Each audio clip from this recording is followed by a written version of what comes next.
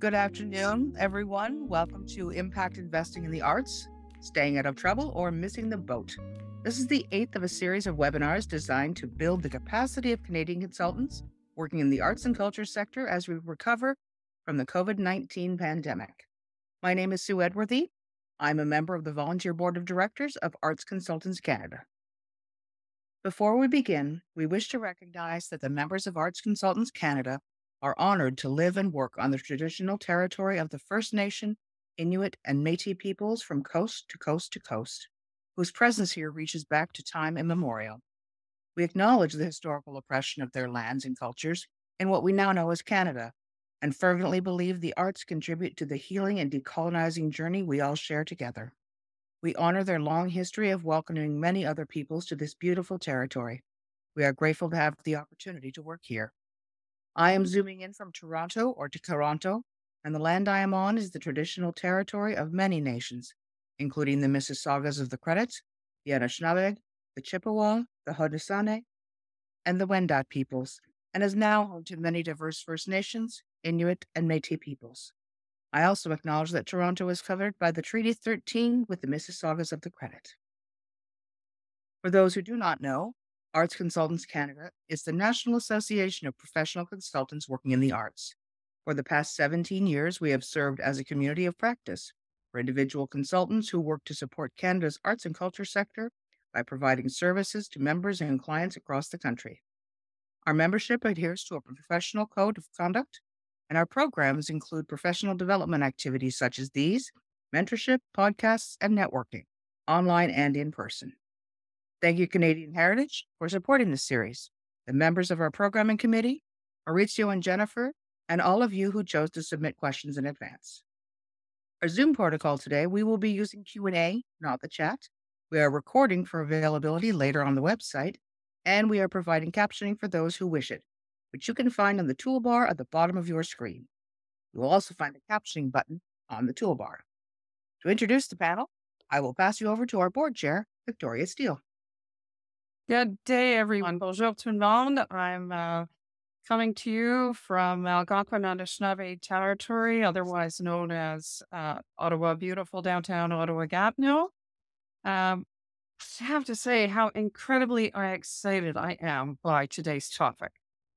Maybe that's just because I'm a finance junkie of a sort, but I've been very, very curious about impact investing ever since I first learned about it a number of years ago from our community foundation here in Ottawa, because it's really having an important impact on the nonprofit sector, and yet we don't know that much about it in the cultural sector. So I'm really delighted to introduce today's panel. Just a quick preamble. Again, coming out of the pandemic, the cultural sector and others are facing a lot of challenges in terms of organizational capacity or capital. And of course, all the revenue streams are changing. They're changing every year. So we need to be creative. And in impact investing, or otherwise known as social finance, can be a really creative way for solutions. So what a fantastic group we have to talk about this. First, I want to introduce you to the moderator of today's discussion, and actually the person who suggested this.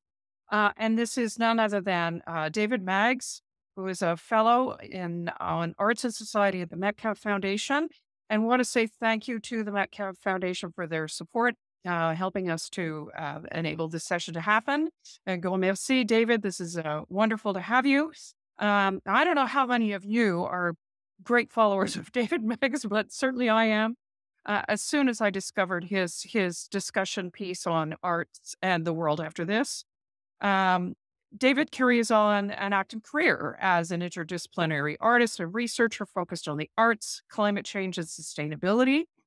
He is a founder and pianist of Dark by Five, has written works for the stage, collaborated on augmented and virtual reality, works that have been included in the UK's Future of Live Performance Spotlight Gallery. David is artistic director of the Rural Canadian Interarts Organization, Camber Arts, and founder and co-director of the Youth Training Academy, the Graham Academy. David is such an interesting individual, but he's not the only one here. Allow me to say a couple more things about David, though. He initiated and co-produced the CBC Doc channel film The Country, exploring the Canadian government's handling of Indigenous identity in Newfoundland. And when he was with the Monk School of Global Affairs, he co-authored Sustainability in an Imaginary World with longtime collaborator John Robinson, looking at the relationship between art and sustainability. So it's really been somebody who's been leading a lot of the conversation on culture and climate change. And after the publication of Art in the World and this he joined the Metcalf Foundation to really help continue this conversation. And now he's co-leading the development of a report on the UK Innovation Foundation, Nesta's groundbreaking work on impact investing. So thank you, David, for bringing this to us. Our next guest is Sean. We're not 100% sure if we're going to get your last name correct. So I can jump in on that. My last name is Gobi. Just ignore all the letters in it and then you can pronounce it properly. Thank you, because we were okay. So Sean Gobi is assistant professor in social innovation and social entrepreneurship in the School of Environment, Enterprise and Development at the University of Waterloo. He is academic director of the Masters of Economic Development and co-director of their Waterloo Institute for Social Innovation and Resilience. And we actually have a very active group on social enterprise and social innovation here in Ottawa. So again, I can't wait to hear you. His research supports a participatory co-design process, novel social financing tools, and basically the historical process of social innovation. So he's leading a research team supporting Canada's Social Finance Fund Investment Readiness Program. So he's really helping all of us to learn about social finance across the country. So big thank you to Sean. And last but far from least is Irfan Raji, who is a managing partner with Relay Ventures, an early stage venture capital firm with over 700 million of assets under management. This is a guy who knows about money. Okay. Irfan is an entrepreneur, an executive chair of the Canadian startup Mob Squad, whose mission is to ensure high caliber technology talent from around the world can build lives and careers within Canada. So wonderful work that you're doing, Fawn. But he is not just an entrepreneur. He is very engaged in his community.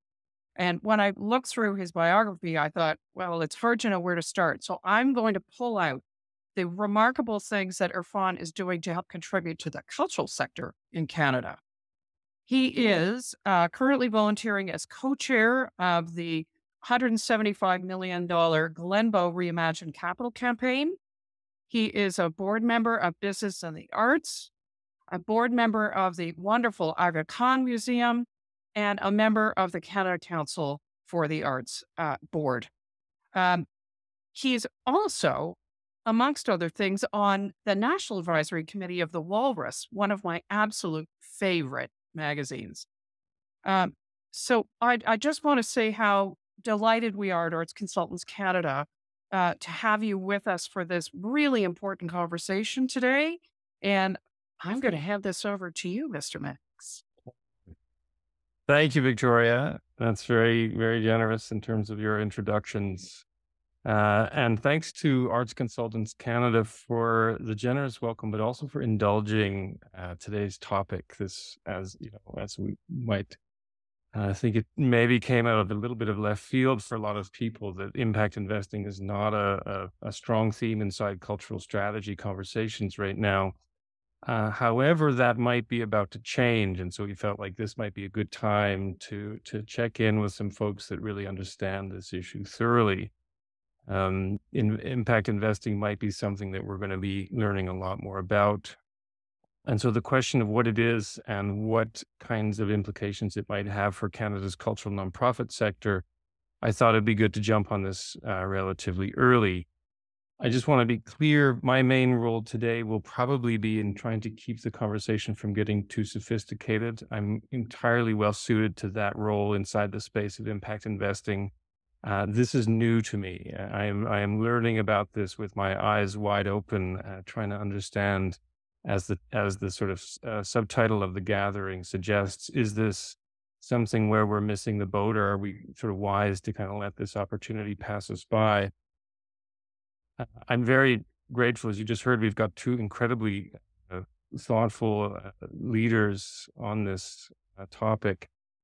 And so what I thought I'd do just to start off is ask them to give us a little bit of autobiography woven into some preliminary sense of what impact investing is to them and how it relates. So Sean, perhaps if you'd start us off here, if somebody says, stops you at a bus stop and says, what's impact investing? How do you explain it, and how does your life overlap with this subject? Sure. Thanks, David. Well, it's a real pleasure to be here. So the first part is easy. The second part is hard. The easy part is it's investing with the goal of having a social or environmental or cultural impact alongside having a financial return. That's the easy part. What it means, how it matters, what my involvement with that has been, and is much more complicated. So there's a bit of kind of background from me. My professional training is I'm an economist, but I'm an economist who also is very actively involved in community organizing, helping set up nonprofits, helping social enterprises strategize, helping cultural organizations figure out their fit and strategies in my local community and beyond. And so with that, while I was doing my graduate studies, I was my early graduate studies, my master's degree, I was very interested in trying to figure out what the real barriers were to nonprofit organizations, charities, volunteer-based organizations in terms of having the capacity to do their work. And there's a lot of really consistent challenges that sector broadly faces, which includes a huge part of the cultural sector within it. And a lot of them amount to, being really under capacity, and not just in the sense of not having enough money, because, everyone says they don't have enough money. That's not something unique to arts or cultural organizations. It's more the idea that, it's one thing to not have money to do what you'd like to do. It's another to not have the money to actually invest in things that then generate more money. That's an investment. That's why small businesses will find people to invest in equity in their companies, or will go to the bank to get a loan that comes in. It's not a gift. It's not a grant. You have to pay it back. But the idea is that you're going to use that money to actually make yourself more productive, to have up-to-date technology, to have the right equipment, right people to do your job well. And consistently, the nonprofit, volunteer, charitable sector has had a really hard time doing that. And part of that has built into, kind of the small c culture of these organizations. There's often not a lot of capacity to be able to do that, to manage those finances. But there's a real chicken and egg thing here, because also historically, mainstream financial institutions have not liked to actually provide that financing. Some things are illegal. Like you can't sell shares in a charity. That is a thing that will send you to jail. Don't do it. Don't try. But even getting a loan is often really difficult for an organization with a social or environmental impact. Because, think for this from the perspective of like the Royal Bank of Canada and them wanting to, they might give me a loan for a house. They might give me a mortgage for my house to live in, which is great. But, if things go bad and I don't pay them back, they're going to seize my house. That's the collateral. If you're talking about giving a mortgage to the local soup kitchen that's serving the homeless population, what is RBC going to do? Are they going to seize that? Are they going to seize that as collateral? Well, probably not, because that is going to be the front page of the Globe and Mail. It is going to cost them way more than $1 million in business. And so what their response will be is, well, we're just not going to give a loan to a soup kitchen. It's uncollectible collateral, so we're just not going to do it. And the thing is, this is a very systemic issue in that sector. And so as my kind of research career, I'm an academic. I do my best to speak in ways that people can understand, but David's here to rein me in when I stop doing that. This is what we call a systemic issue. Like, this is a thing that recurs over and over and over again.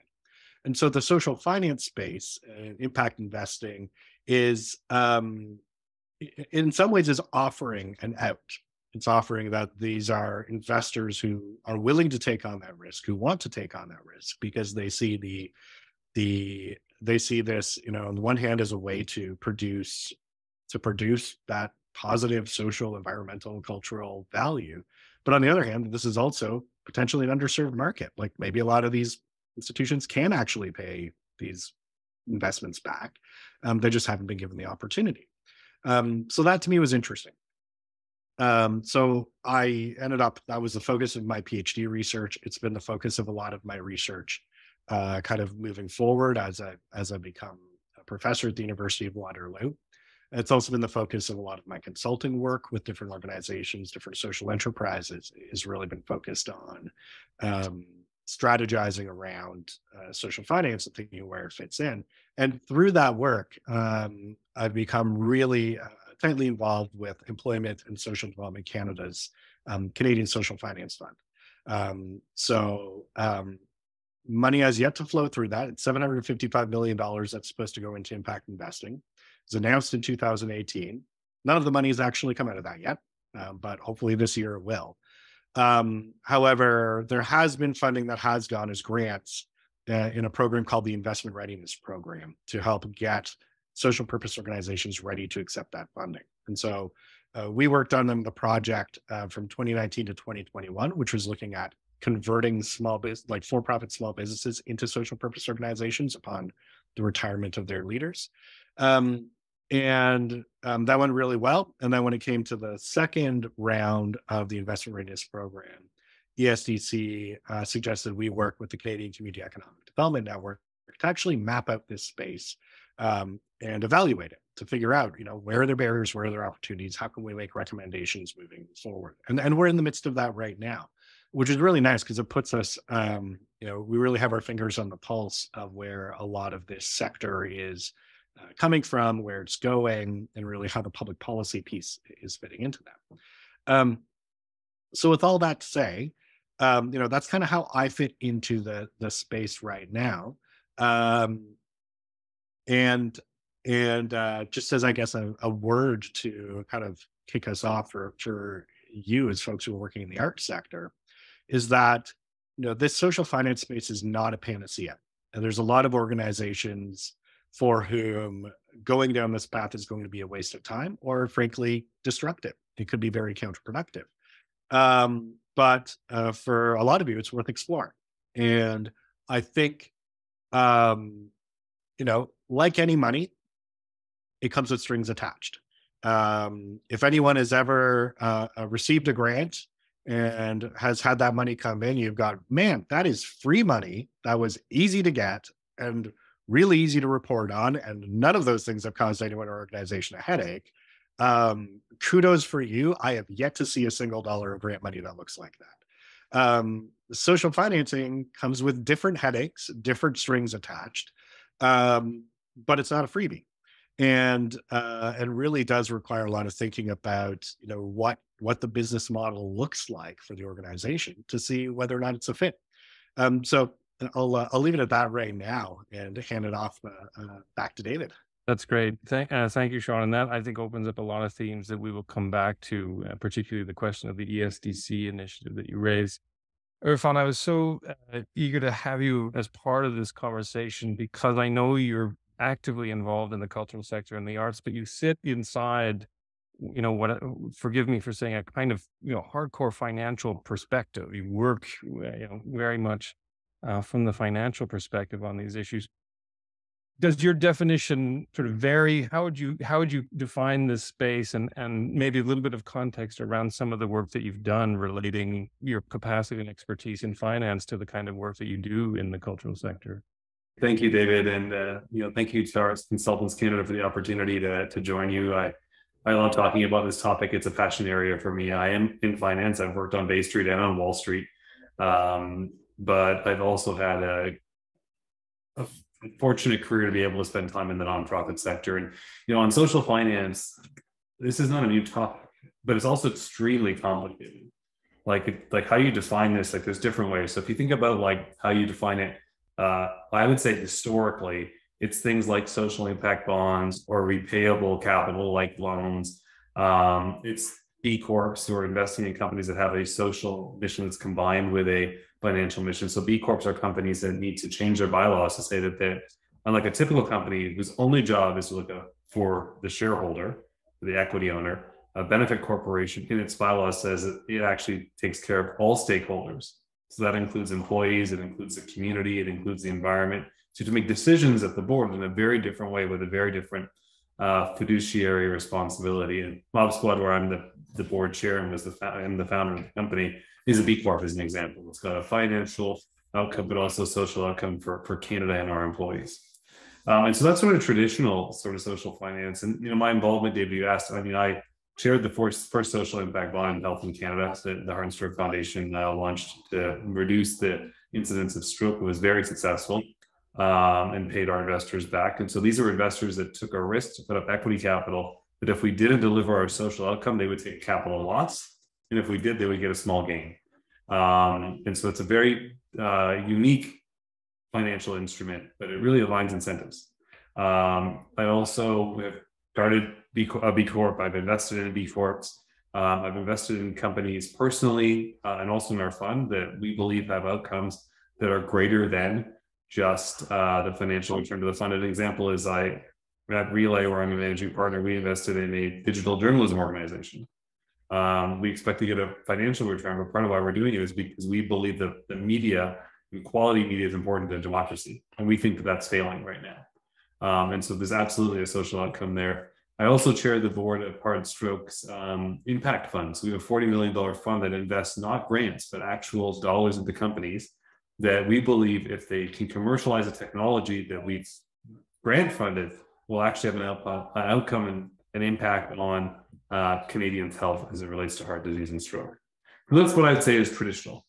What I'm finding fascinating as an investor is that I feel like, you know, social finance came out of like the charitable sector in many ways in the social sector, and it's coming into the finance sector. And I'm seeing now that the finance sector is moving into the social sector like as a mainstream investment. So I'll give you a couple examples of how I think about this. The first is that investors do think forward orientation, right? They think 10 years from now, is this more or less valuable? And if you look at what's happening right now with two important inputs to any company, your two most important inputs, the resources, are human resources and financial resources. Human resources want to work in an environment and in an organization where there's more impact than just, this is my 2.5-year-old. Young people, like getting Gen Z, they want to work not just for a paycheck, not all of them, but more than I'd say the last generation, and why, and more than a generation X. And so if you want to attract the very best people to your company, they're asking questions of like, why does this matter?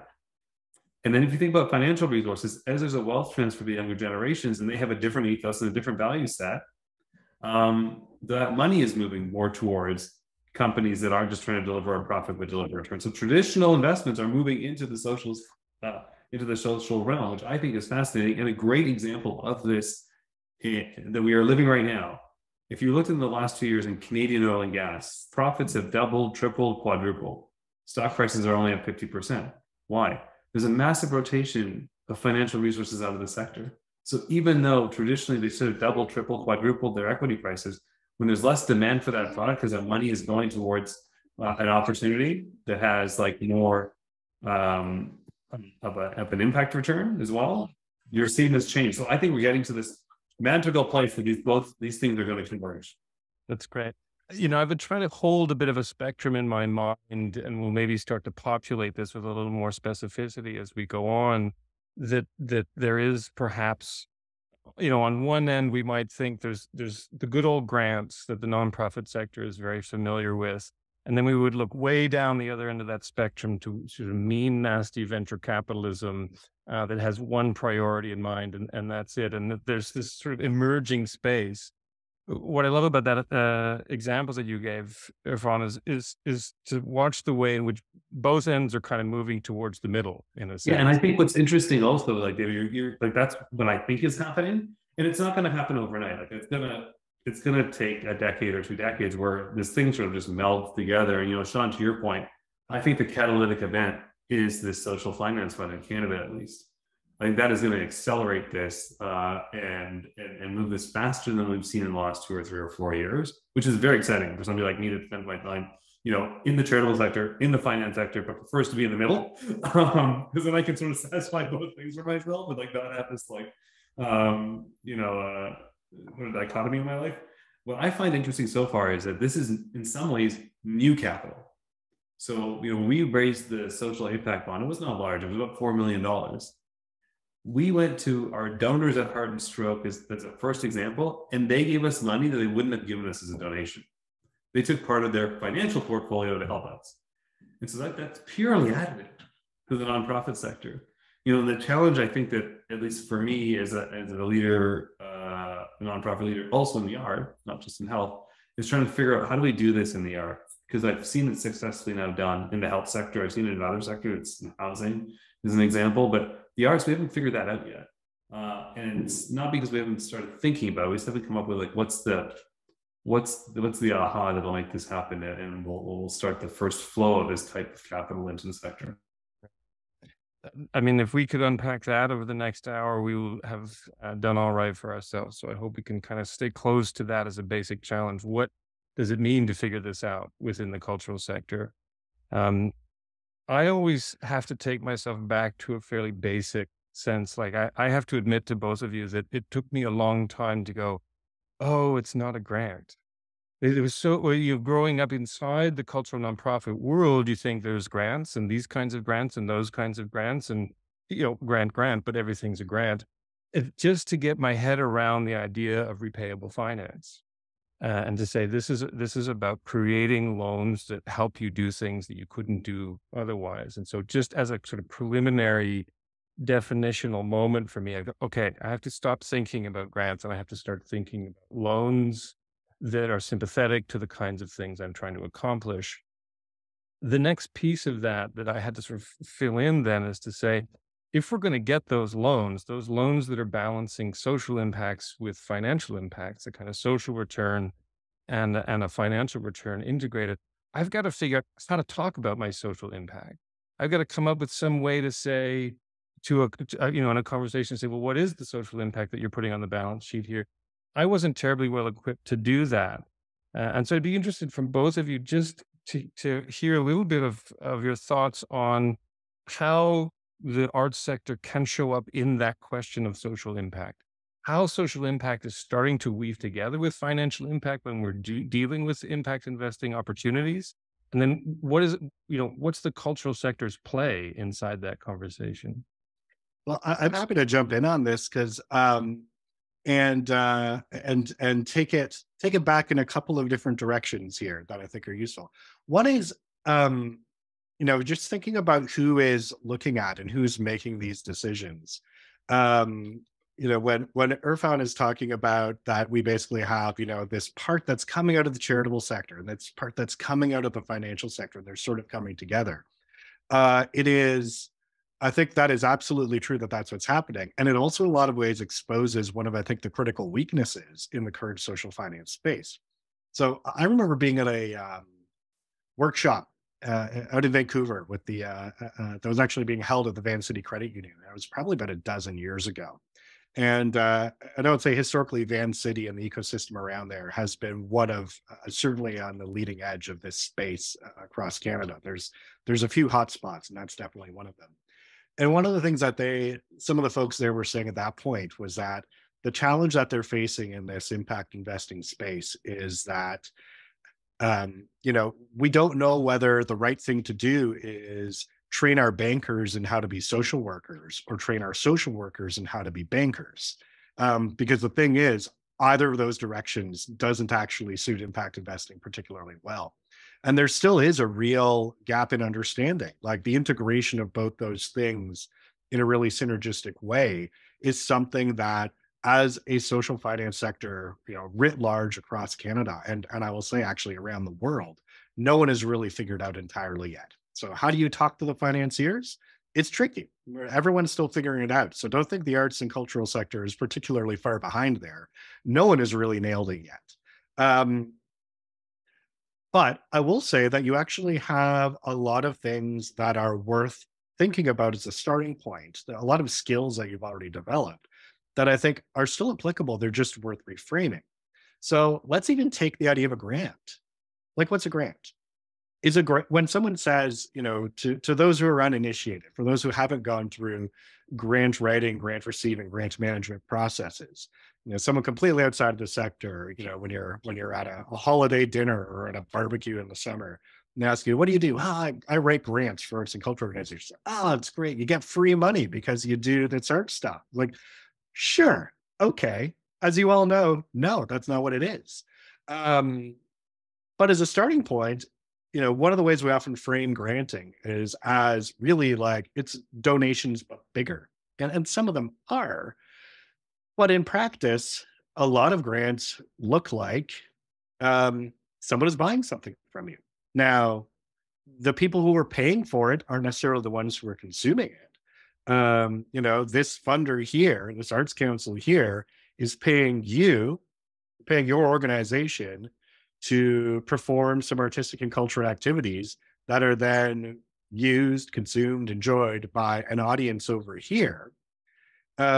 And although you could theoretically say, well, yeah, but the Arts Council or the other funder is being funded through tax dollars by the audience some way anyway, it's so indirect. Like, there's no way that the individual taxpayer is looking at that and going, aha, 13 cents of my income tax this year went towards this performance, so I am paying for that performance. Like, it's not the same way as buying a chocolate bar or buying a Tim's coffee in the morning.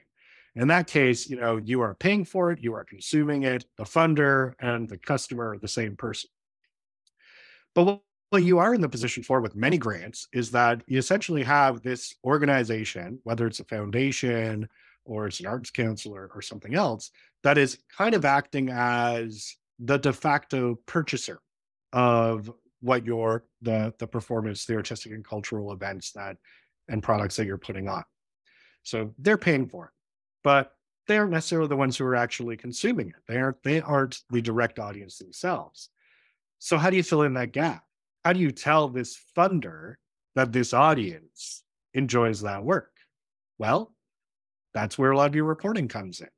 You are telling this purchaser that this consumer is enjoying their work by reporting back on the community impact, the cultural benefits, the fact that people showed up to performances, the fact that people viewed paintings, people downloaded songs, all those pieces. And you are, as the recipient of the grant, you're reporting back on it, acting in some ways as the proxy for the audience. You're making the case. Why am I framing grants in that way? Well, because if you think about grants in that way, then a lot of the grants aren't free money. You are selling a service already. You're selling a service to the audience. It just happens that your audience aren't the ones paying for it. Someone else is paying for it. You're connecting those things together. When it comes to impact investors, they might be giving you equity or debt instead of a grant. But what they're looking for in terms of that social impact, what they're looking at in terms of the cultural return, is that same storytelling. You already have a lot of those skills. You already have a lot of that capacity. What you're in some sense doing is adding on to that the capacities of bookkeeper, accountant, a CFO, to couple with that, so that you can not just report back on the cultural returns and the cultural impact, but also on what the financial piece looks like too. Because ultimately, what you're often doing with an impact investment is you're kind of doing two things simultaneously. There's part of it that looks like a grant. Now, I don't mean looks like a grant in terms of you don't get your money back. I mean, it looks like a grant in terms of someone has to tell the story that someone appreciates and uses the resources in a way that is, value for money for the grantor, has the cultural impact, has the economic and social benefit. While at the same time, you also have a loan. And, paying back a loan, I have a mortgage on my house. It looks like that. But you're kind of doing both things at the same time. I would also say, given how early we still are in the impact investing space, what that looks like for your funder, for for the social financier, the impact investor, is still there's not one common thing that people are looking for. There's still a lot of variation in what that looks like. And um, and this is where, your experiences as arts consultants, I think actually brings a lot of value to the table already, because unless you just work with a single granting organization, you're probably used to the fact that different funders, different grantors have different reporting requirements, different things they're looking for, different visions of what they're trying to achieve, and different stories they want to tell to their stakeholders. So that flexibility, being able to tell, in some sense, the same story in different ways, is, I think, a strength that you can bring to the table. And that looks different from, the debt side. My mortgage at my bank right now, I refinanced my mortgage last year, and I'm going to tell you, it was with a different financial institution. They were looking for the same thing. It basically looked the same to both of them. Whether I go to any of the big five banks or any of the large credit unions or any of the mortgage companies that work in this space, they're all basically looking for the same stuff. You can tell them the same story. But I know if I go to 5 different granting agencies, I'm going to have to tell them 5 different stories most of the time. And so I think in a lot of ways, what you're doing in the impact investing space, if you're getting in there, doesn't look that, there's parts that look very different in terms of the reporting back to and communicating back with your funder. But they don't look as different as it might seem from your current work at first glance. And I am going to just sort of put a pin in an idea, which I'm sure we'll come back later in the conversation, is that I think where a lot of the real challenging mindset changes are, is that all that said, in terms of the reporting, the impact, the financing, and all that, I think the bigger challenges actually come with the organization's capacity internally and how you think about your strategic plans, your vision, values. I think that strategy side is in a lot of ways much more difficult than the actual impact investing side of it, compared to your current kind of capacities and approaches. Right. I'm seeing that a lot in the conversations that I've had with different organizations who have done this, is that in the end, one of the things a common theme they say is, look, it wasn't really the money, right? It wasn't the new capital that we had access to. It was the capacity that we developed as an organization in terms of dealing with repayable finance instead of a grant. And the result of doing that is that we're even more proficient at dealing with grants than we were before. So there's a kind of demand that this finance strategy puts on an organization that helps it across the board.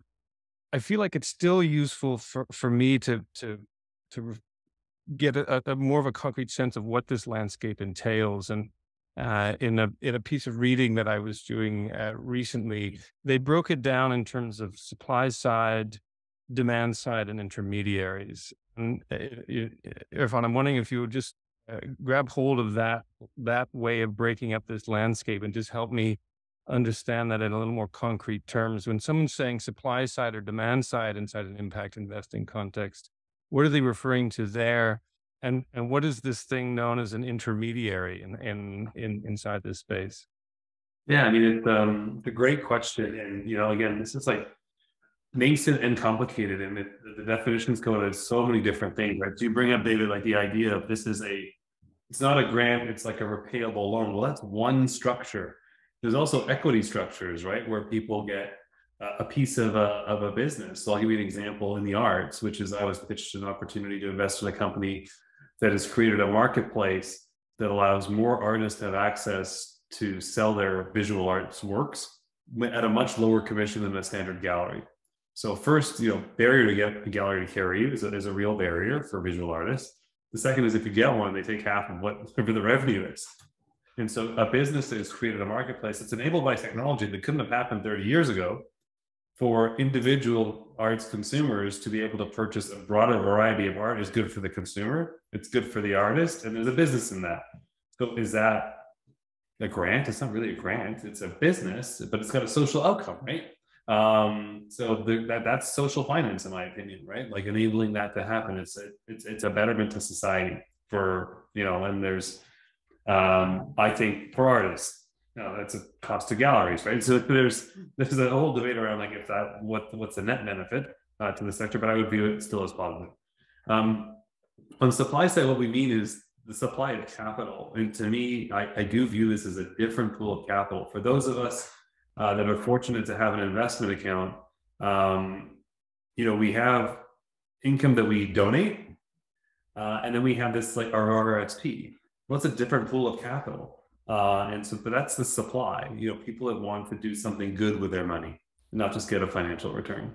The demand is the institutions that have desire, right, for this capital, whether that's, an example I could give you is, sort of just trying to spitball, like what could this be used for in the arts? I mean, I think it's actually reasonably standard to get grant money to put on programming, active programming, whether that's a performance or whether that's a new show. Like that's a normal thing that people can get grants for, whether it's from the Canada Council or otherwise, right?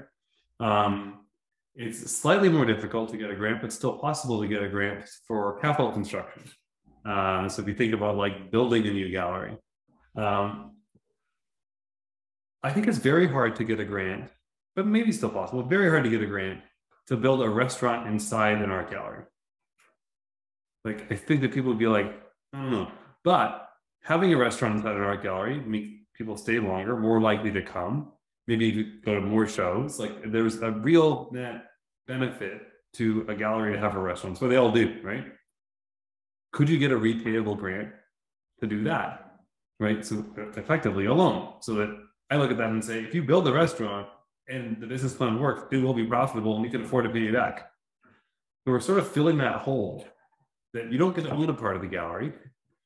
It's not a grant for programming that we have big pools for, but this other thing that actually is added into the system, how does that work, right? And so you can see that being both the demand for that capital, and could some people say, well, you know what, instead of buying a 2% GIC, which is lower risk, I'm going to get an 8% return on this loan because I'm taking higher risk, but it's to a gallery I care about. And so that's kind of like trying to balance that question that you have, like what's supply and demand? Who's the intermediary? Is the last piece of your question. Well, for those of us that want to make those investments, like we're not calling, the Vancouver Art Gallery and saying, hey, can I give you like 10 grand and can you give me 8% on it? Let me know what you get. Like, this is not going to happen, right? And unfortunately, like there isn't the capacity in any of these cultural institutions where there isn't people sitting around doing nothing, right? This doesn't happen. And so the intermediary is the person that facilitates that transaction and makes sure it's actually being put together and done well. In the social finance sector, social impact bonds, the supply of capital is actually coming from two places, right? It's coming from the ultimate payer, which is usually the government, if the social intervention is successful, and from the private markets. And the demand is often, like at Heart and Stroke, it was Heart and Stroke Foundation, we were the intermediary. So we just put staff on, okay, let's put together the project plan, let's document what it looks like. But we did it with volunteers that had been doing that before. And for a lot of organizations, like they just don't have those types of volunteers. And so there are organizations, Mars does this in Toronto as an example, where they'll be the group that will help the charity build the business plan, make sure that it makes sense, make sure that they believe that they would be in demand in the market for that supply of capital, and then takes it to a network of people that they believe would be interested in that. So it's like sort of it's a matchmaker role. But typically sitting between these roles of funding is the supply side, organization is the demand side, intermediary is an organization, an entity that can shape the relationship between those two effectively. And maybe itself is a social organization doing it for free because that's their mission, is to help achieve this. Or maybe it's being paid some small fee to put that together. As it relates to the social finance fund, that's a different structure. And then this is getting capital into investors that are investing in businesses that have social outcomes in addition to financial outcomes. Well, like think about that business. How is the government going to get from the SDC money into that business? And so there's a series of intermediaries that do that, including venture capital firms that are focused on funding B Corps. Right. And I just wondered, I think one of the things that Irfan has brought up, and I think this is a really important piece here, is that social finance isn't just one thing. Impact investing isn't just one thing. There's a lot of different structures and ways of putting it together. and they all have to be approached differently. I think the social impact bond is a really good example of a structure that which we would call kind of broadly a pay for performance kind of structure. Like ultimately, it's about hitting some sort of target, and there's good and bad in that. And one of the core challenges there is demonstrating that you've actually hit the target, which is why social impact bonds tend to be focused on very easily measurable targets compared to some other approaches. Some other ones look more like kind of what I talked about earlier, which is investments in businesses, investments in enterprises, be they debt or equity, where they're looking for some sort of reported or measurement of the social or environmental impact. And they may have that kind of specified out front. There may or may not be a pay for performance element to it, but often there's a little more wiggle room in what that looks like. There's also types of impact investing which don't necessarily even have measurement at its core, even though the social environmental impact is there. And I'm thinking of a couple of examples here which are worth raising, because this might also be actually attractive to some of the organizations who are looking at this. One is so there's an organization in Toronto called the Center for Social Innovation, which is was originally started as kind of a shared space incubator facility for social purpose organizations, and they originally had a space on kind of at Spadina and Queen in downtown Toronto, and then wanted to expand. And so they're looking to buy a building on Bathurst, kind of at Bathurst and Bloor. And they wanted to buy the building. And so they wanted to raise the money for it. Well, what did they do? They issued community bonds. And so these were kind of like at market or slightly below market rate bonds that they were selling with the assistance of a financial intermediate, with the assistance of a credit union who helped kind of administer and manage the back end of all that. They were like, you know what, we want to sell these community bonds on $1,000 or $5,000 or $10,000 a piece and use that to finance the purchase of this building.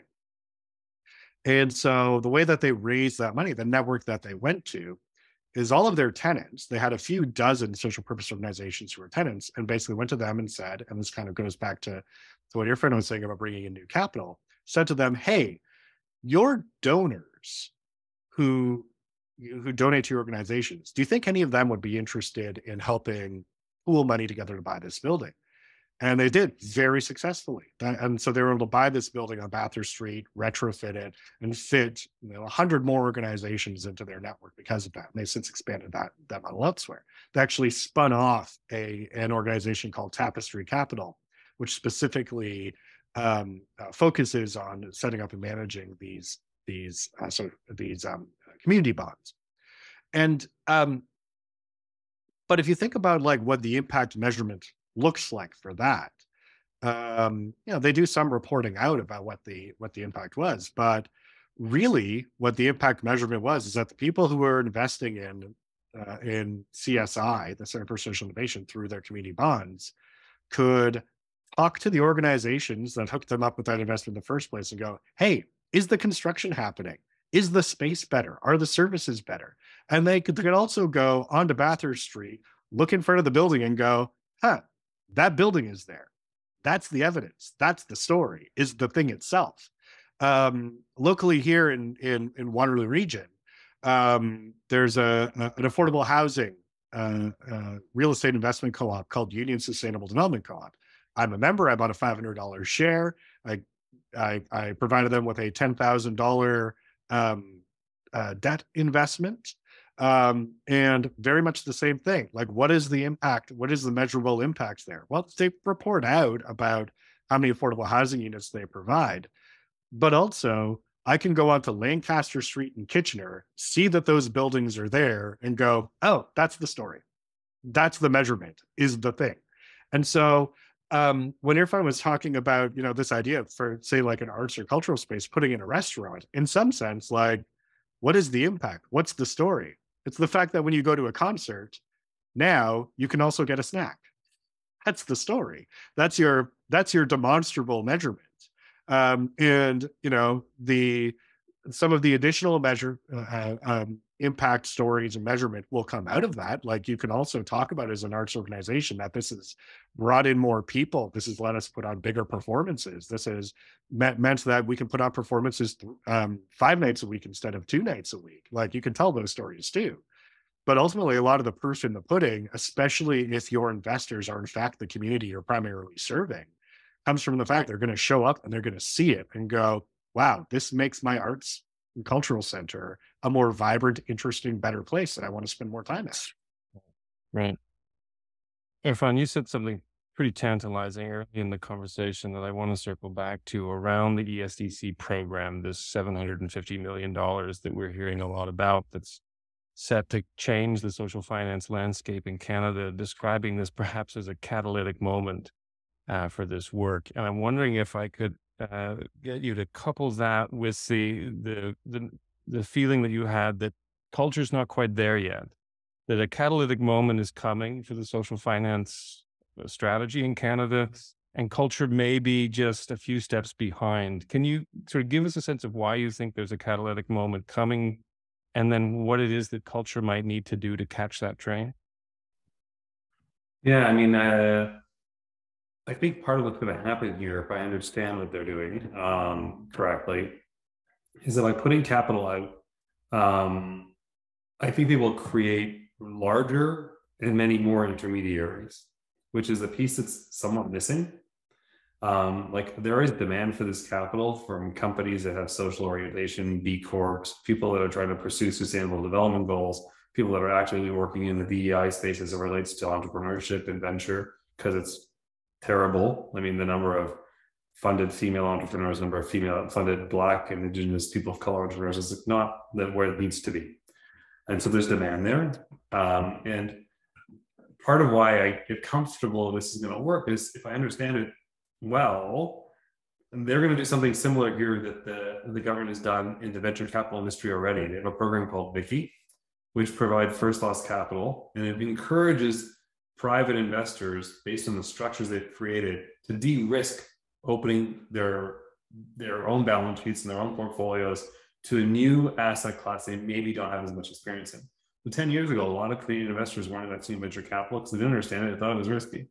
And this Vicky program, the Venture Capital Catalyst Initiative, really has opened up a substantial amount of private capital into the space. And I think that now that these private investors have had experience investing and receiving returns, they're more likely to continue. And so I think that's the catalytic event that's going to happen. That people are like, I don't know if I can take this $10,000 risk on this bond. I've never seen a product like this. Well, what if the government helped structure it in a way that they took some of the risk out of it?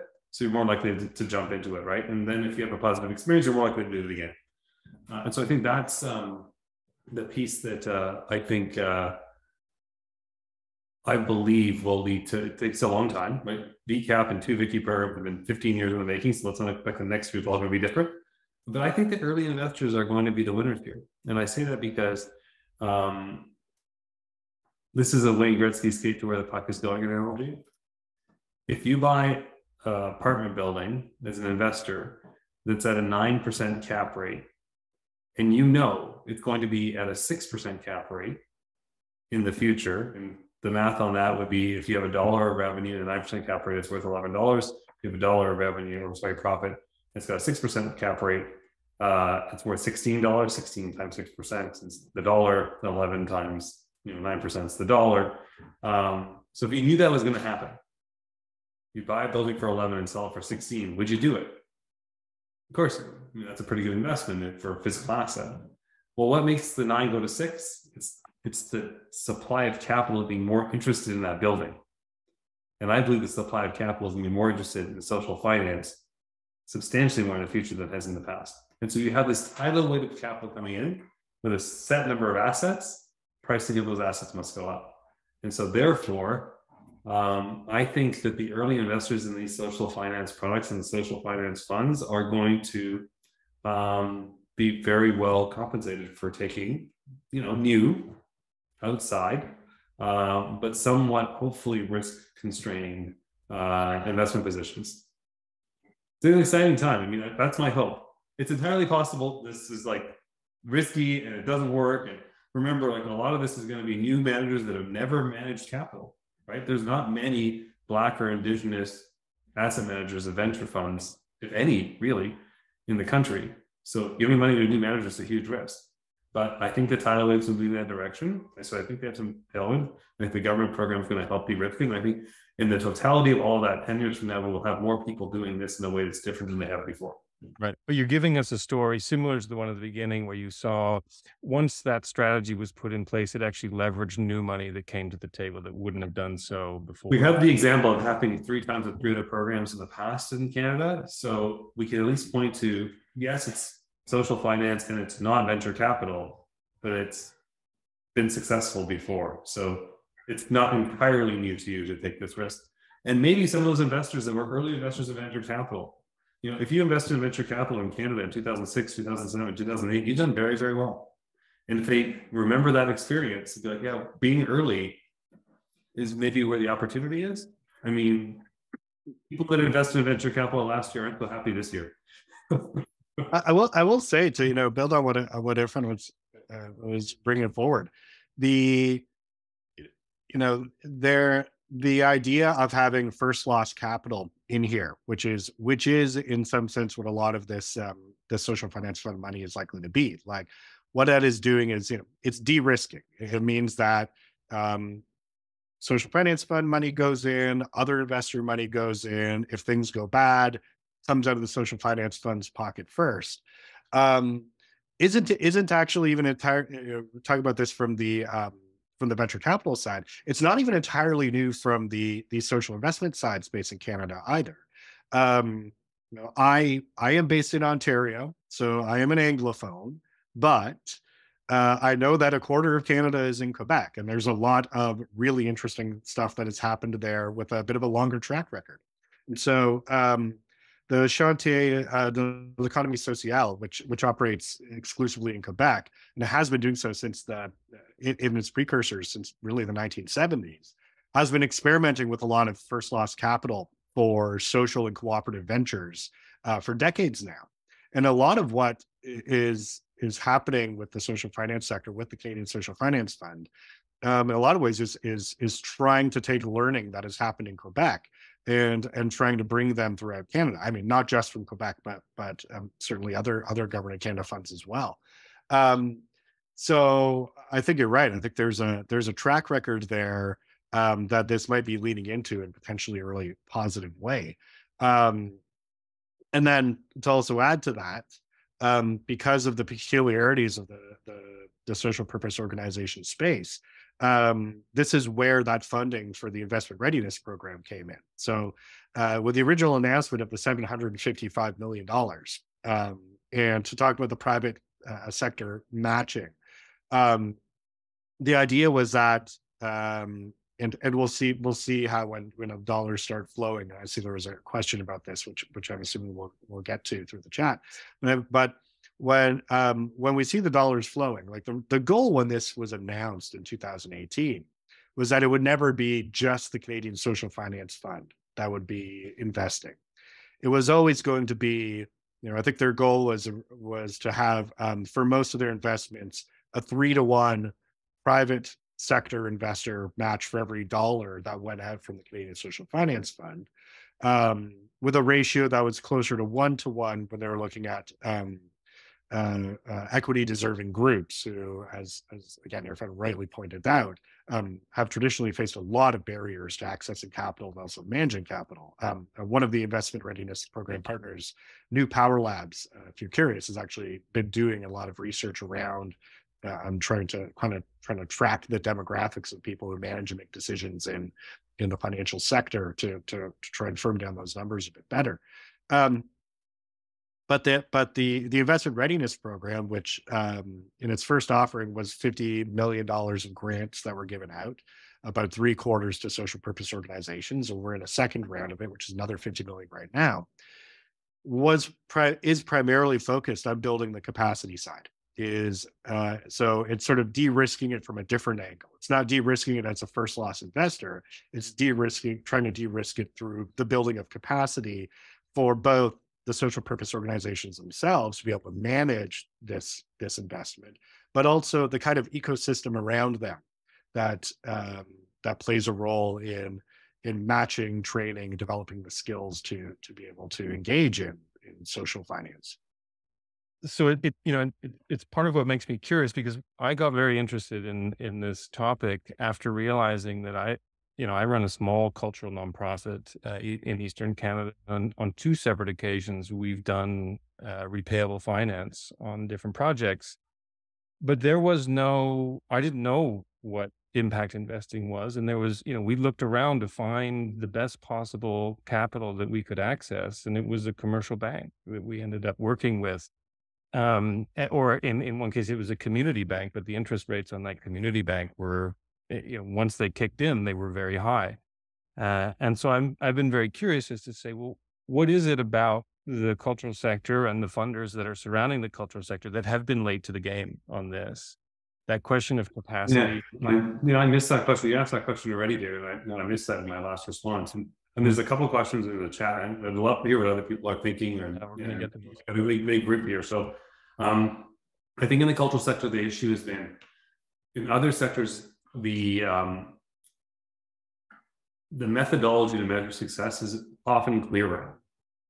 And so in other charitable sectors, it's very clear to say, like with housing, did you get 100 people into affordable housing that didn't have affordable housing before? You can actually really measure that pretty simply.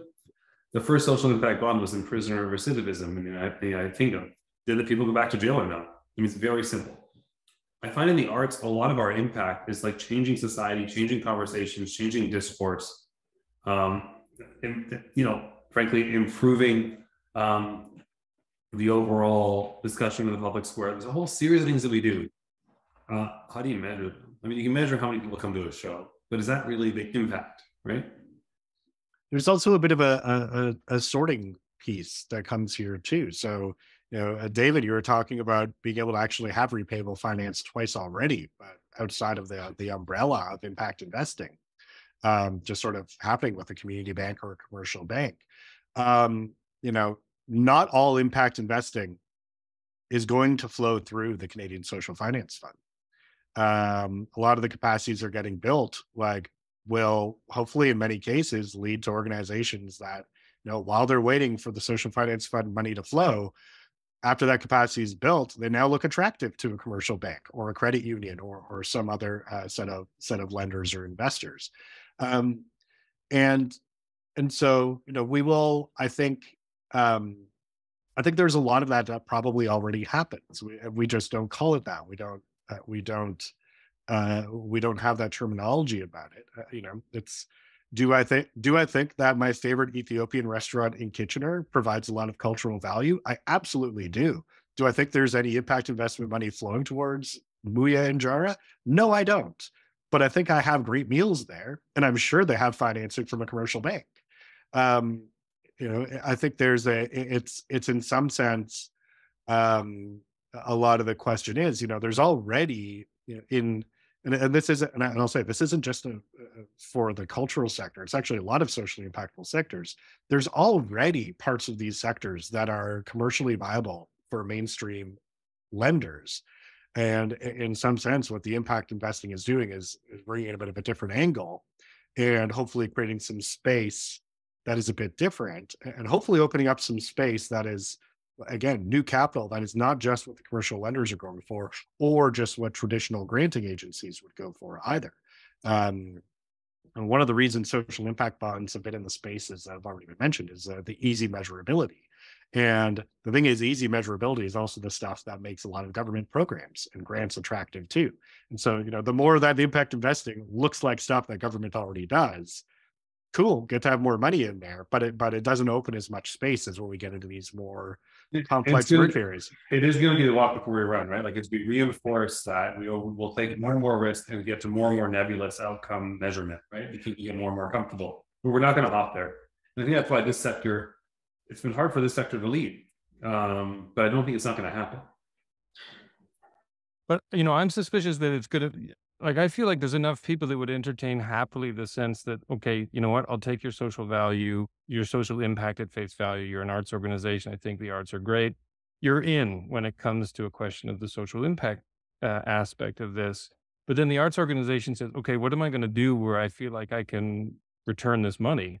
What's the project that I might take on where I feel like I'm going to get to the end of that project and I'm going to be in a position to put this money back in the hands of the investors, even at a very, kind, patient, flexible, low interest loan, And whatever. it depends if you're looking at it as debt or equity. Because if it's like, we've had social finance in the arts, think about like how musicals get funded. Right? Like people taking equity risk where they probably are going to lose it, but if it works and they funded Hamilton, you get like 10 times their money back. It's social finance. It's an equity return. They don't look at it and say, how am I going to get this money back? It's like, maybe I'll get it back in the next spade, and maybe I won't. Yeah. Or I mean, think about things that are less, where you're less likely to see that sort of explosive return, where it might not be the equity model, it might be the debt model. But then when it comes to thinking about the arts organization strategically, some of it might be, can you come up with complementary lines of revenue? The snack bar, the restaurant that's in the location, that could be one, which is great. If you can make it work. It's also very easy to not make it work. Like if the thing is, I think a restaurant is really hard. You could strategically set yourself up for, oh man, we have an arts organization that's losing some money and we've added on to it a restaurant that's losing a lot of money. Great. That doesn't make you particularly viable, which is why I think the strategy and capacity is really important there. But it might also be, looking at thinking about more creatively sources of revenue. Which then is, I think, kind of wheels around to one of the things I was saying at the beginning, is that like your strategy, your vision is one of the things that is in some sense going to be hardest to deal with this. So, if I think of an urban environment and think about an arts organization, in a place like Toronto or even where I am in Kitchener-Waterloo, which is undergoing a lot of growth, what's the thing that's really appealing? Like living in a cool neighborhood. And what makes a neighborhood really cool? Having a vibrant arts scene. Cool. Do you want to take a whole bunch of money from property developers who are going to build a bunch of condos? Because you could do that. You can get the sponsorship. And that might be good. That might be a fit for your type of, organization. But if also at the same time, you're putting on a bunch of plays which are talking about the blight of gentrification and how it's creating a boom in homelessness in your town, like when is the money worth it and when isn't it? And so ultimately, the core thing is the money is going to get repaid. Is the way that are the decisions you're making to create the lines of income that will repay that? Do they align with your vision as an artistic organization, or do they undermine it? This is a concept that's called mission drift in the social enterprise space. And this is part of the reason I say it's not the right fit for everyone, is that there are always dangers of mission drift when you're getting into more of these spaces. But it's thinking about what you're doing, is it complementary with your goals? If you want to make arts accessible, great. Are you going to charge school kids $100 a ticket to show up at your show? You can generate more revenue. Might it be undermining your mission? And I think those are open questions that only any individual organization has to think about. And this is, in some sense, this is the conversation that has to happen before you think about impact investing, not afterwards. Is it safe enough for me to just say, look, this is about empowering cultural organizations to develop a stronger entrepreneurial capacity, the ability to spot those opportunities where revenue aligns with mission, and then to develop the capacity within their organizations to handle finance that may have levels of accountability that are more strenuous than a grant? Is that, am I sort of describing what this step would look like in a fair way there? I think this has always been the case, though, David. Like, I think that any charitable organization, arts organization not accepted, have had to become more innovative over time or they die. Right. And so this is just what's the current innovation that's required. And I think it is about pools of capital that are becoming available. And again, I don't think this is replacing capital. But if you're an organization where you have, grants, donations, earned revenue as your model, and there's another one that's in a similar space that has those plus this other social finance lever, they're more likely to do more interesting things and be more resilient and more likely to succeed and survive. And so, but that's been the case, go back 2 decades and what the innovation was then in the nonprofit sector. So yes, got to be more innovative, like always. Right. And I think but I'll also add, there's a certain angle that is I think a continual challenge. We were talking about moving from the one end of the financiers getting into the play versus the charities getting into the play and kind of meeting together. As the outcomes become murkier and murkier, like it's harder to say, yes, we achieved it, or no, we didn't achieve it. What becomes more and more important, and this is a thing that I've certainly seen, I think early on in impact investing, when the terminology came around just after the 2008 financial crisis, the conversation was all about hard measurable impacts. Great, cool. Then the only things we're going to be funding are criminal recidivism, affordable housing, and carbon offsets. Done. No, social impact is much broader than that. Environmental impact is much broader than that. But the less that is black or white, telling the story of what is achieved, what becomes more important is storytelling. And I got to tell you, if you're an arts organization that's not good at storytelling, what are you doing? That's kind of the point.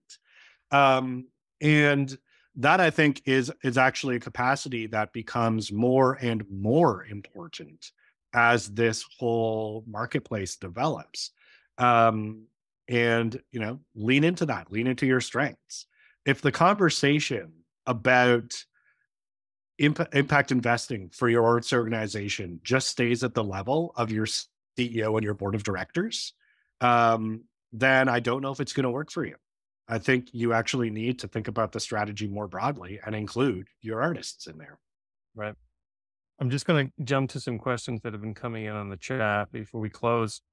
The first one may relate to the second one, so I'm going to throw them both out there, and I leave it to you guys to jump in where you see fit. First of all, from Michael Trent, why is it taking so long for the Social Finance Fund to be dispersed? We've all been sort of curious about that in terms of watching that.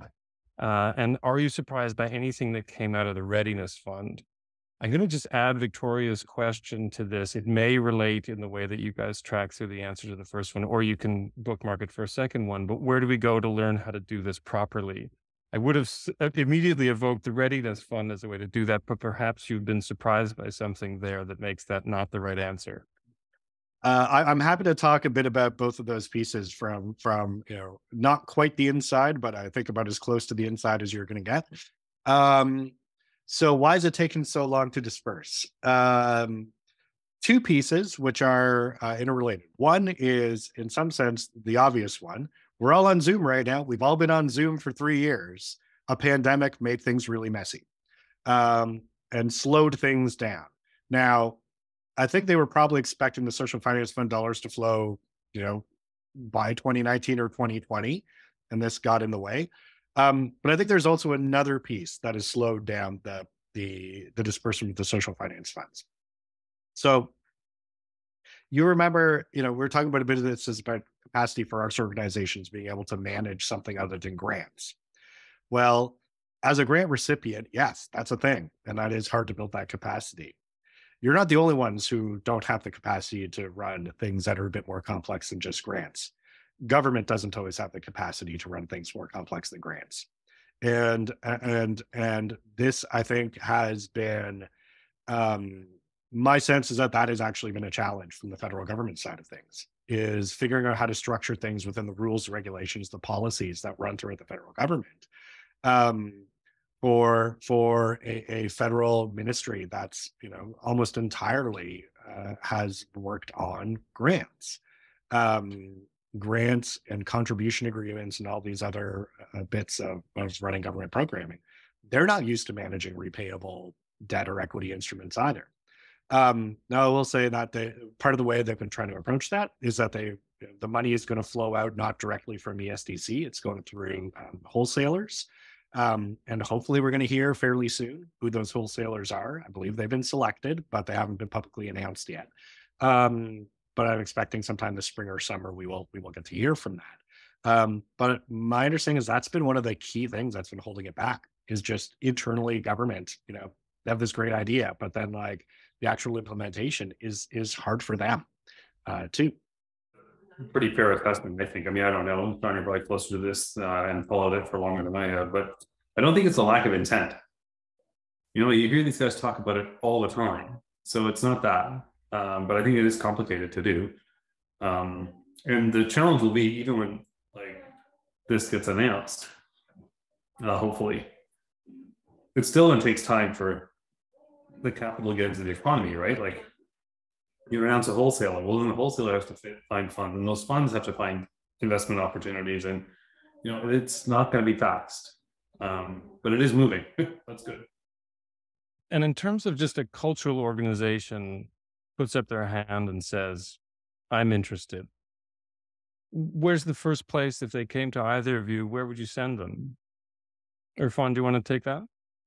I mean, I'd say a couple of like people that have done it before, right? So Mars has done a few of these different social finance projects, and so I would say there's people there that are experts. I didn't see all of the recipients of the investment readiness program, but that was the intent of that money. So I try to figure out who those people are and who's local to you, because I think it did go across the country. And so those would be the first two spots that I'd go. I don't know, Sean, do you have other ideas or better ideas? Yeah, so I imagine for folks who are looking right now, arts organizations who are looking, that a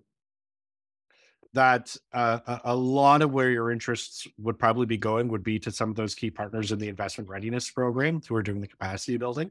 And the two key ones who I think have been really useful for kind of onboarding, one is the Community Foundations of Canada. And so they were kind of the core hub organization, or set of organizations really, for the first round of the investment readiness programming. So they're still useful to reach out to, and they still do lots of granting to social purpose organizations for investment readiness. The other one, which has moved very much into the center of the second round of investment readiness program funding, is the Canadian Community Economic Development Network. So one of the things about both those organizations is they really do have footprints that go from coast to coast to coast.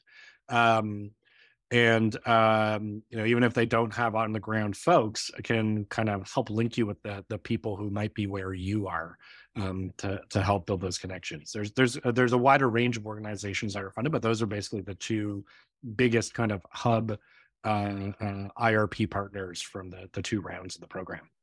And so if the Canadian Community Economic Development Network says hello, answers the phone, and I say, I'm a cultural organization, I'd like to participate in a social finance initiative, any sense of what the sort of first 5 questions they ask at that point are?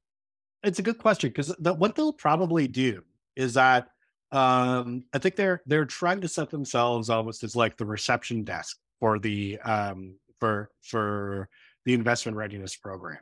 So they're probably going to want to get a sense of, okay, do you already have earned revenue? Like, are you already selling goods and services that make money?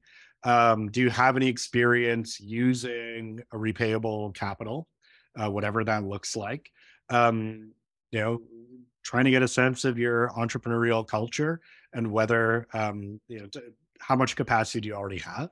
And they'd probably be looking at some specific lines of programming too. Like a lot of both the investment readiness program funds and the big social finance fund, are investments that are dedicated to specific population groups, like Indigenous cultural work, BIPOC or Black cultural work, people of color, women. The Canadian Women's Foundation is a big grantor as well. So they'd probably be looking to see if you have any eligibility for some specific programs. But I also know one of the things that SEDNet is particularly taking a lead on right now, and we're working with them on too, is actually trying to develop more peer learning, training, and development capacity as well. Because we know, and the folks at the SDC and the Social Finance Fund know that, just the variety of organizations that could potentially be investable is much greater than the kind of, like, there are 4 different models of the types of organizations that could be invested in. No. There's a great variety. And the expertise is going to ultimately be coming from you long term. When you say you, Sean, you mean the organization receiving the investment? Yeah, the organization receiving the investment, the organization getting ready. It's not every arts organization that's going to be in a capacity to do this, but it is going to be the ones who are more entrepreneurial and have more capacity. And the odds are that you're not going to be a perfect fit with anyone's framework are really good. But we're also at a point right now where the frameworks are changing and emerging and have a lot of wiggle room in play. And the net is being cast fairly widely. I mean, we've been talking a lot, just to use the typology that Irfan helped us set up here in supply, demand, and intermediaries. We've been talking a lot about supply and trying to understand supply. In your experience in this field, Irfan, when you look across from the supply side, given your position inside the finance world, how do you look at demand? How do you spot demand? Where do you see it? Do you see it sort of lying around there without realizing that it's really good, compelling demand for something like this? Or do you say, it's pretty thin in terms of the kind of demand that you think is appropriate to something like this, particularly in the cultural sector? Yeah, I mean, I'd separate out the answer to the equity investments in companies. Do I think that women, people of color, Black entrepreneurs, Indigenous entrepreneurs have good ideas that are not getting funded? Is there more demand than there has been supply to capital there? 100%. There's so many papers that are proving that. And there's a mismatch. And the challenge right now is the intermediary, right? Is a Black venture capitalist more likely to invest in a Black entrepreneur? Probably. No Black venture capitalists. And so that's part of the challenge. And so we got to figure that part out. That's I think, the sticking point. As it relates to the charitable sector, there's not a ton of supply for social finance in my experience so far. Part of it is that I don't think there's been enough education. I don't think there's been enough of us actually saying, here are things that I could do if you were to give me a loan.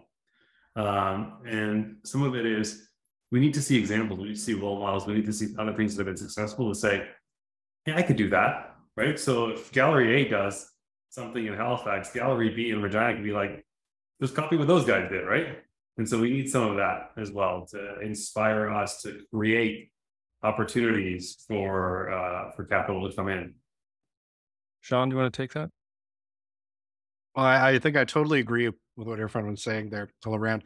I would also say I think in some ways, go back to somebody who was saying before about new capital that can be brought to the table here.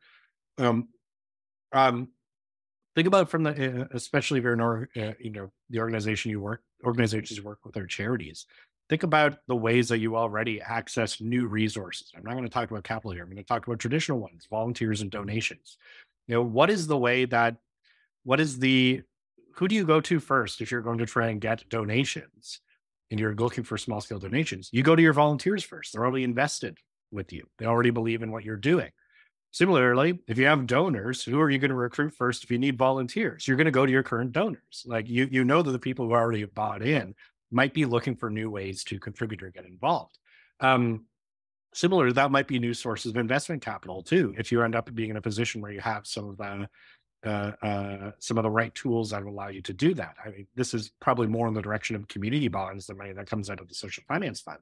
But that's one potential door to knock on. And it's not just individuals, it's also organizationally too. If you have a local foundation in your community that is willing to give you a grant, then if you have something investable, that's probably the first door you should go knock on to say, hey, you have a $10 million endowment, you give away 5% of it every year, we get a chunk of that as a grant.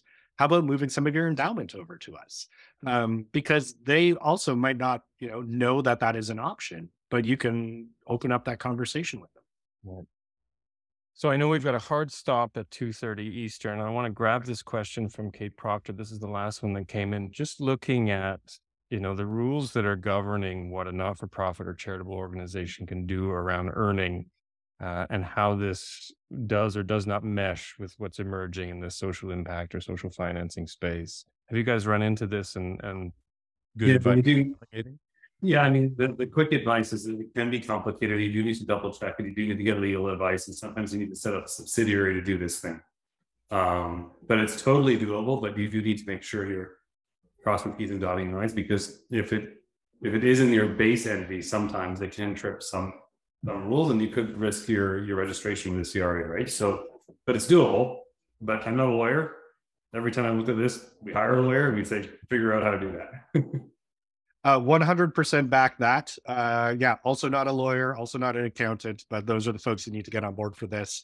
I would say a general kind of guidance piece that I've certainly seen is that what's really important, one of the things that's really important is whether the revenue generation is mission related.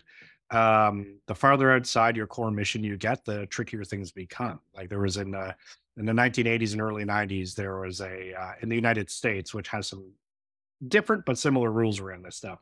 There were a whole bunch of YMCAs that had their charitable status pulled because effectively they were just operating gyms and they weren't really doing much in terms of community impact stuff. So being able to demonstrate that, your revenue is tied to your mission are really key. But this is murky, and that's where your lawyers and accountants are worth the dollars you pay them. Right. Great. So we know I wouldn't go that far, Sean, but yes. Irfan, you've got a dash, you've got a meeting to chair. Any last word on these? I appreciate the opportunity, David. It's always good to see you. Sean, it's nice to meet you. I am excited that you guys are having this conversation. I think the sector is going to absolutely benefit from the tidal wave of interest and capital coming in, and we got to find ways to make sure that this sector also benefits. So thank you. Right. Thanks, Irfan. And Sean, thanks so much for joining us. Really appreciate it. Anything, the last word on this that you might want to point us in? Sure. Just to say that, this is a sector that is emerging in a lot of the ways that it is running, it's operating. The norms, the rules are still, there's still a lot of play with what that looks like. And this is the time for creativity. This is a time for people who can come with new ways to do things, because that's what's going to lay the groundwork for what this looks like 10, 20, 50, 100 years into the future. And if I know a space that has a bunch of creative people in it, this is the one. Great. All right. Well, thank you both. Just an immense wealth of knowledge. Hard to stay out of the weeds on this topic because there are a lot of them. And so your help in navigating that's been tremendous. I suspect this won't be the last time both of you are hearing from us in the cultural sector. Thanks. Take care. All right. Thanks, everyone.